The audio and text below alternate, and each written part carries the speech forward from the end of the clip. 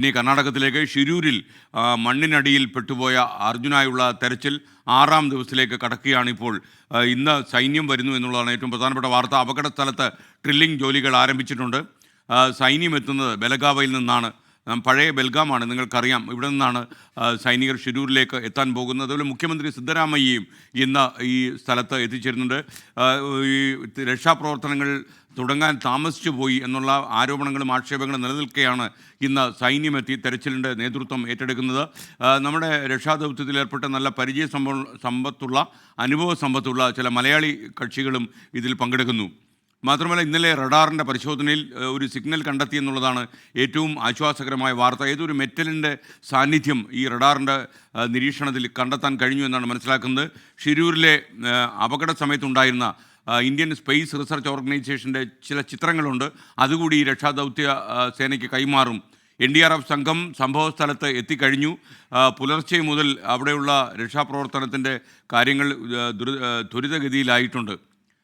എന്തായാലും വിശദാംശങ്ങളുമായി നമുക്കൊപ്പം അരുൺ പാറയ്ക്കൽ ചേരുകയാണ്. അരുൺ, എന്തൊക്കെയാണ് നമുക്ക് ലഭിക്കുന്ന വിവരങ്ങൾ? ഈ മാധ്യമപ്രവർത്തകരെ എല്ലാം തന്നെ 1 കിലോമീറ്ററിന് ഇപ്പുറം വെച്ച് തടഞ്ഞു നിർത്തിയിരിക്കുകയാണെന്ന് എനിക്കറിയാം. അതുകൊണ്ട് അവരയക്കുന്ന ചിത്രങ്ങളും ദൃശ്യങ്ങളും വാർത്തകളും മാത്രമേ നമുക്ക് ലഭിക്കുന്നുള്ളൂ. എന്താണ് വിവരങ്ങൾ?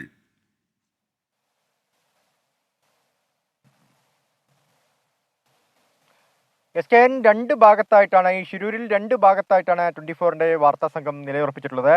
ആദ്യത്തെ പ്രദേശത്ത് അരുൺ പൂപ്പർമയുണ്ട്. ആ പ്രദേശത്തെ മാധ്യമപ്രവർത്തകരെ ഉൾപ്പെടെ വിലക്ക് ഏർപ്പെടുത്തിയിട്ടുണ്ട്. അകത്തേക്ക് കയറ്റുന്നില്ല. ഞാനിപ്പോൾ നിൽക്കുന്നത് ഗംഗാവാലി നദിയുടെ തീരത്താണ്. ഇവിടെ നിന്ന് കൃത്യമായി എനിക്ക് കാണാൻ സാധിക്കുന്നുണ്ട്. രക്ഷാപ്രവർത്തനം അവിടെ ആരംഭിച്ചിട്ടുണ്ട്. ഈ പ്രദേശത്തു കൂടി 3 NDRFന്റെ സംഘം അല്പസമയം മുൻപാണ് ഈ അപകട സ്ഥലത്തേക്ക് പോയത്.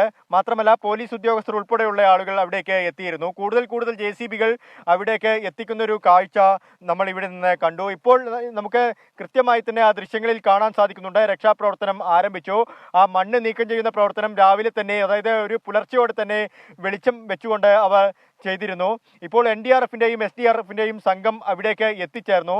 അവരിപ്പോഴും ആ മണ്ണ് നീക്കം ചെയ്യുന്ന പ്രവൃത്തി പുനരാരംഭിച്ചിട്ടുണ്ട്. SKN ഇന്നലെ വൈകുന്നേരത്തോടു കൂടി ലഭിച്ച ആ റഡാർ സംവിധാനത്തിലുള്ള സിഗ്നൽ അത് 70% ഉറപ്പിച്ചു. അതായത് അവിടെ ഒരു ലോറിയുടെ കണ്ടന്റ് ഉണ്ടെന്ന് 70% ഇന്നലത്തെ രക്ഷാപ്രവർത്തകർ ഉറപ്പിച്ചിരുന്നു. ആ പ്രദേശത്താണ് ഇപ്പോൾ രക്ഷാപ്രവർത്തനം തുടരുന്നത്. ഒരു അരമണിക്കൂർ മുന്നേ ഡ്രില്ലിംഗ് പ്രവൃത്തികളൊക്കെ തന്നെ ആരംഭിച്ചിട്ടുണ്ട്. ഇപ്പോഴും ആ പ്രദേശം SKN വിഷ്വൽ ആ ദൃശ്യങ്ങളിൽ തന്നെ നമുക്ക് വ്യക്തമാണ്. അത്രത്തോളം ചെങ്കുത്തായ പ്രദേശമാണ്. ആ മണ്ണ് അങ്ങനെ കുന്നുപോലെ കിടക്കുകയാണ്. ആ മണ്ണ് നീക്കം ചെയ്താൽ മാത്രമാണ് അതിനുള്ളിലുള്ള വാഹനം അല്ലെങ്കിൽ മറ്റ് ആളുകൾ ആരെങ്കിലും അതിനകത്തുണ്ടോ എന്നൊക്കെ കണ്ടെത്താൻ സാധിക്കൂ. വളരെയേറെ ദുഷ്കരമായ പ്രവൃത്തിയാണ്, ശ്രമകരമായ ദൗത്യമാണ്. ഒപ്പം ഗംഗാവാലി നദി, ആ നദി ഇപ്പോഴും നിറഞ്ഞ് ഒഴുകുകയാണ്. അതായത് ഈ കമ്മ്യൂണിക്കേഷൻ തരാം. ഓക്കെ.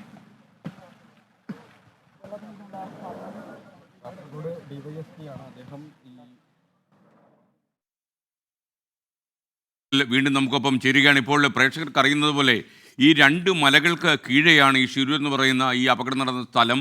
വിങ്ങി നിൽക്കുന്ന 2 മലകൾ എന്ന് വേണമെങ്കിൽ നമുക്ക് വിശേഷിപ്പിക്കാം. കാരണം ഇവിടെ ഏത് സമയത്ത് വേണമെങ്കിലും മലയിടിച്ചിലുണ്ടാകാം. ഇന്ന് ഭാഗ്യം രാവിലെ മഴ മാറി നിൽക്കുന്നു എന്നാണ് നമ്മൾ മനസ്സിലാക്കുന്നത്. അരുൺ പാറയ്ക്കൽ, ഈ മലയുടെ തൊട്ടരികിലാണ് ഒരു നദിയുള്ളത്. ഈ നദിക്കരികിലാണ് ഇപ്പോൾ ഈ അരുൺ പാറയ്ക്കലുള്ളത്. പ്രേക്ഷകർക്കറിയാം, ഈ നദിക്കരിയിൽ നിന്നുകൊണ്ട് നമ്മുടെ ക്യാമറമാൻ ഈ അപകട സ്ഥലം ഷൂട്ട് ചെയ്ത് കാണിക്കുന്ന ദൃശ്യമാണ് പ്രേക്ഷകർ ഇപ്പോൾ കാണുന്നത്. യഥാർത്ഥത്തിൽ കുറച്ച് പരിമിതി ഉണ്ടെങ്കിൽ പോലും ഈ തെരച്ചിൽ നടത്തുന്ന ദൃശ്യങ്ങൾ നമുക്ക് കാണാൻ കഴിയുന്നുണ്ട്.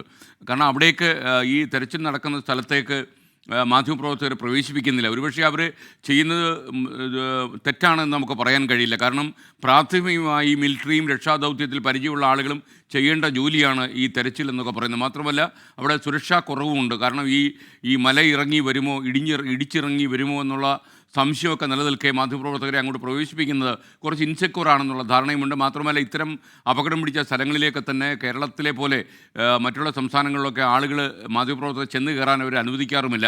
ഇത് ഷിരൂരിലും സംഭവിക്കുന്നു. വീണ്ടും അരുൺ പാറയ്ക്കൽ നമുക്കൊപ്പം ചേരുന്നു. ഈ നമ്മുടെ ഷിരൂരിലെ നദിക്കരയിൽ നിൽക്കുന്ന ക്യാമറമാൻ്റെ കണ്ണിൽ പതിയുന്ന ദൃശ്യങ്ങളാണ് പ്രേക്ഷകർ ഇപ്പോൾ തത്സമയം കാണുന്നത്. പറയൂ അരുൺ പാറയ്ക്കൽ.